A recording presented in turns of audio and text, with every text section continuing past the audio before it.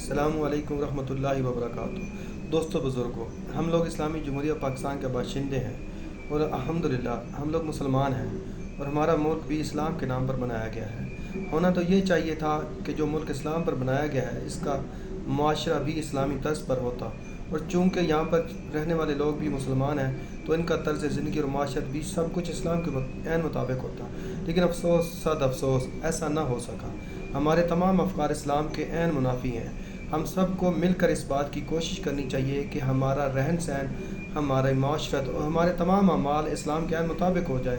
تاکہ اللہ ہم سے راضی ہو جائے، اور جو ہم پر یہ پریشانیاں، مصیبتیں، صعوبتیں نازل ہو رہی ہیں ان سے ہماری جان چھوٹ جائے۔ اور ہم سب کو مل کر یہ کوشش کرنی چاہیے